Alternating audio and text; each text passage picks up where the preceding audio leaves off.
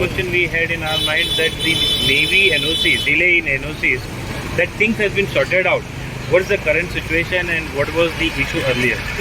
So the NOCs is basically, you are all aware, it is basically for the height restriction because of the aeronautical conditions put by AAI and for the security reasons.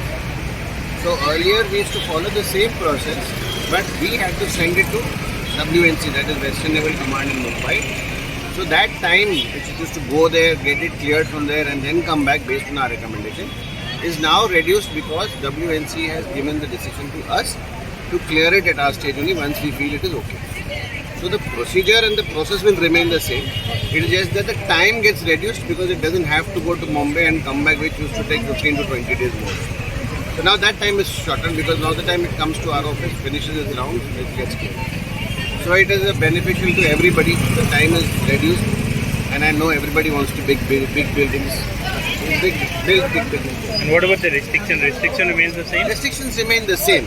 There are not very many restrictions also, but restrictions remain the same. But we are actually now coming down to see what is security, what is not security. At times we are involving even the police when we do this check. But the aeronautical restrictions that are fixed, they can't be changed. What's your views between Navy and civilian, how they should work? Be happy, enjoy life.